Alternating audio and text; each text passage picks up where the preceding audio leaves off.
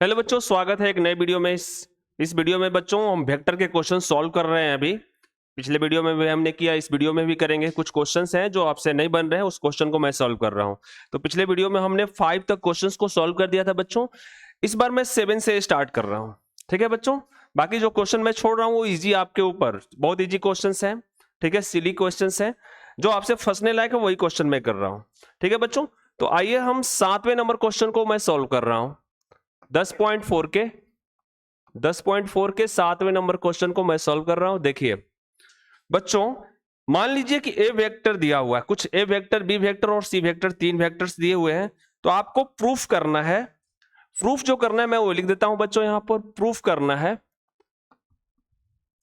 A vector cross B vector cross C vector is equal to ये A vector cross B vector plus A vector cross C vector, ये proof करना है। और दिया क्या है बच्चों? दिया है अपने पास ए वेक्टर इजकल टू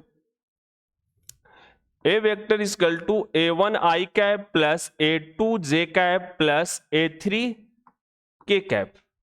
और उसके बाद बी वेक्टर दिया है बच्चों B1 I cap, B1 I cap plus B2 J cap plus B3 K cap. इसी तरीके से बच्चों एक सी वेक्टर भी दिया है। तो अपने पास सी वेक्टर दिया है C1 I cap plus C2 J cap plus C3 K cap. ये वेक्टर्स दिए गए हैं और ये दिए गए हैं, ये प्रूफ कर देना है। क्वेश्चन का यही कहना है बच्चों। तो चलिए आइए देखते हैं, हम लोग सॉल्व करते हैं इस क्वेश्चन को। बहुत इजी क्वेश्चन है बच्चों। तो इसकी एलएचएस को लेकर हम चलते हैं। तो एलएचएस बराबर क्या हो जाएगा बच्चों? ये हो जाएगा A vector cross B vector, sorry यहां से बच्चों मैं थोड़ा सा मिस्टेक किया हूं क्वेश्चन में, देख लीजिए यहां पर ये प्लस दिया हुआ है, ये प्लस दिया हुआ है। ठीक है, तो थोड़ा सा देख लेना है, ये प्लस दिया हुआ है। अब यहां से बच्चों जब ये प्लस दिया हुआ है तो हम क्या कर सकते हैं, पहले B vector plus C vector निकाल लेते हैं, आसानी हो जाएगा।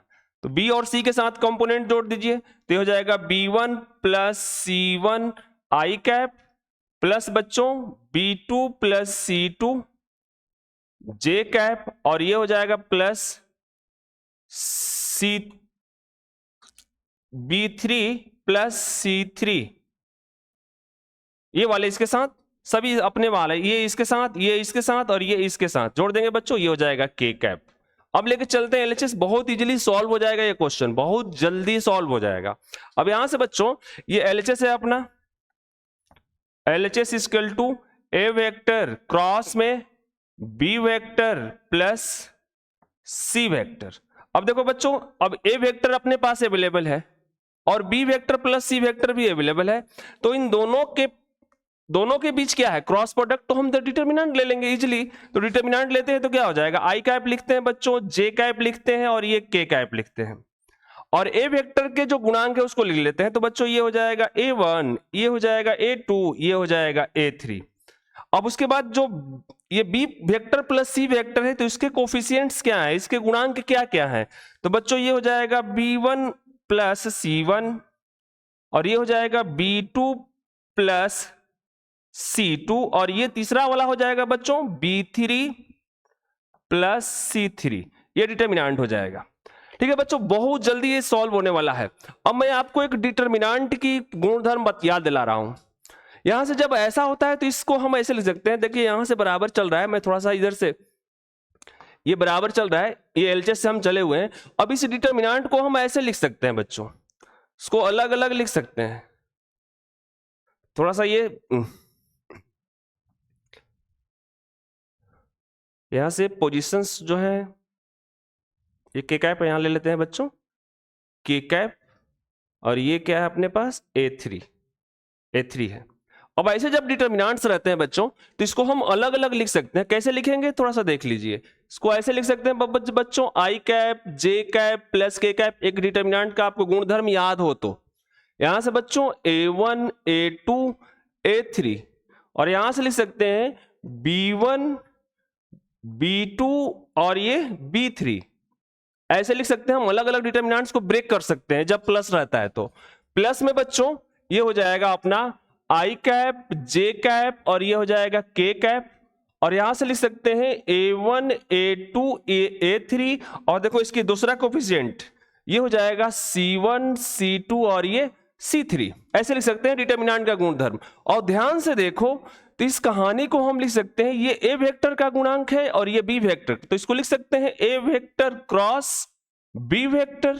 अब बच्चों ये प्लस है तो प्लस लिख दिया हमने। अब देखो ये ए वेक्टर का गुणांक है और ये सी वेक्टर का गुणांक है। देखो ये ए वेक्टर का गुणांक था तो ये लिख दिया यहां पर, दूसरा वाला ये बी वेक्टर का गुणांक था तो ये लिख दिया।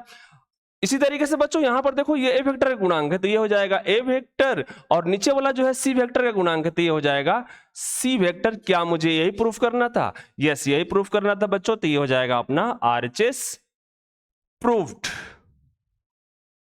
ठीक है बच्चों, अच्छे से इस क्वेश्चन को मैंने एक्सप्लेन करने की कोशिश की है, थोड़ा सा देख लीजिए। अच्छा क्वेश्चन है, बोर्ड मॉडल क्वेश्चन से जल्दी सॉल्व होने वाला क्वेश्चन है बच्चों। चलिए आइए देखते हैं हम लोग नेक्स्ट क्वेश्चन।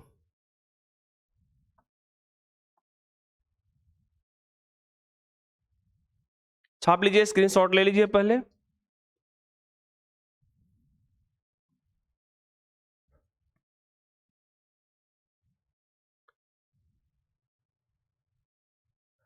मैं आता हूं बच्चों 9 नंबर क्वेश्चन पे। एक त्रिभुज का क्षेत्रफल ज्ञात कीजिए जिसके शीर्ष दिए हुए हैं। देखो बच्चों एक त्रिभुज है,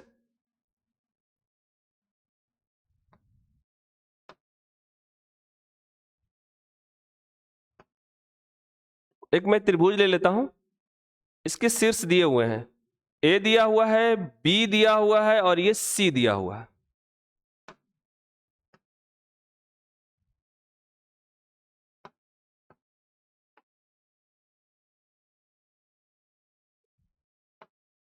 ये ए दिया हुआ है बच्चों, ए पॉइंट्स जो दिया हुआ है 1 1 1 2, उसके बाद बी पॉइंट्स जो दिए हुए हैं बच्चों, ये सारे मैं बोर्ड मॉडल क्वेश्चंस कर रहा हूं। बी पॉइंट जो दिए हुए हैं बच्चों 2 3 5, 2 3 एंड 5।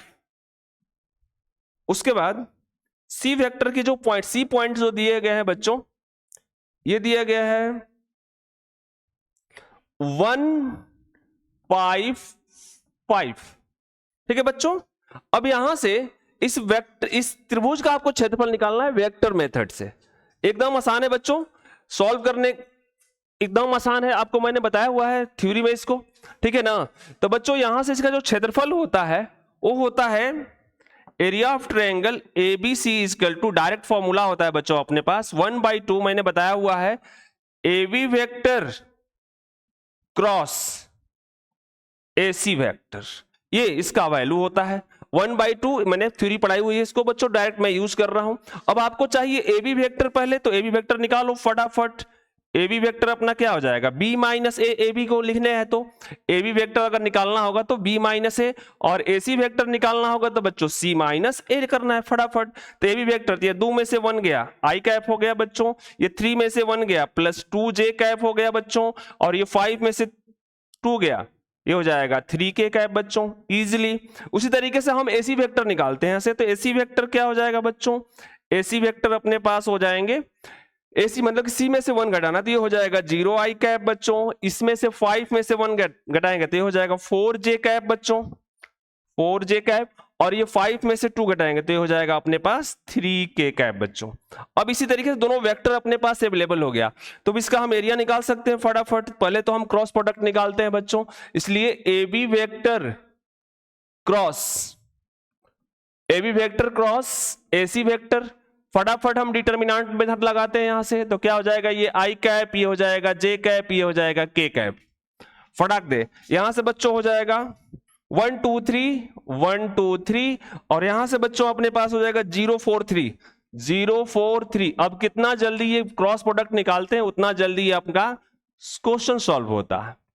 तो AB vector cross AC vector equal to what we have बच्चों, ये I कैप, ये खत्म 6 माइनस बच्चों 12, डिटर्मिनेंट में सॉल्व कर रहा हूं, माइनस J कैप, ये खत्म 3 माइनस यहां से बच्चों 3 माइनस 0, ठीक है बच्चों, ये प्लस में हो जाएगा k कैप, k कैप क्या हो जाएगा बच्चों, ये 4 और माइनस 0, 4 माइनस 0, ये हो जाएगा अपने पास, इसको इक्वेशन फर्स्ट मान लेते हैं। इसलिए A B vector cross A C vector का मोड निकालेंगे बच्चों, तो थोड़ा देखो डायरेक्ट कर रहा हूं यहां से 6 माइनस 2 माइनस 6 कैप, तो ये रूट में आ जाएगा कितना, ये 6 माइनस 12 माइनस 6 आई कैप, तो 6 का स्क्वायर बच्चों, ये हो जाएगा 3 का स्क्वायर बच्चों, और यहां से 4 का स्क्वायर 16। मैंने थोड़ा सा एक स्टेप खा लिया जल्दी, यहां से फटाफट एक कैलकुलेशन करेंगे, इसको कैलकुलेशन करेंगे, उसका मोड निकाल दिया फटाफट, यहां दोनों ओर से परिमाण निकाल दिया बच्चों। ये थोड़ा समझ लीजिएगा, ये 6 माइनस 12 माइनस 6 आई कैप, यहां से माइनस 3 जे कैप और प्लस 4 के कैप। अब जो वेक्टर आएगा इसके कैलकुलेशन करके उसका मैंने डायरेक्ट मोड निकाल दिया हुआ, ये समझ लीजिएगा आप। तो बच्चों यहां अपने पास क्या हो जाएगा, इसलिए A B vector cross A C vector का मोड बच्चों, what we have, root under, थोड़ा कैलकुलेट कर लेते हैं, तो 36 9 कितना हो जाएगा, 61, इसलिए from first what we have बच्चों, we have area of triangle ABC equal to what 1/2 into, इसकी वैल्यू कितनी हो जाएगी, रूट 61, कितना हो जाएगा अपने पास, रूट 61 अपॉन 2 यूनिट का स्क्वायर, जो भी यूनिट आएगा उसको स्क्वायर में लिखेंगे। ये आपका त्रिभुज का क्षेत्रफल हो गया बच्चों। अब इस एक्सरसाइज में मैंने समझता हूं कि सारे एक भी क्वेश्चन आपसे फंसने वाले हैं, सारे क्वेश्चंस इजी है बच्चों, जो मुझे लगा कि वो फंस सकता है उस क्वेश्चन को मैंने करा दिया हुआ है। इस वीडियो में सिर्फ इतना ही, थैंक यू वेरी मच।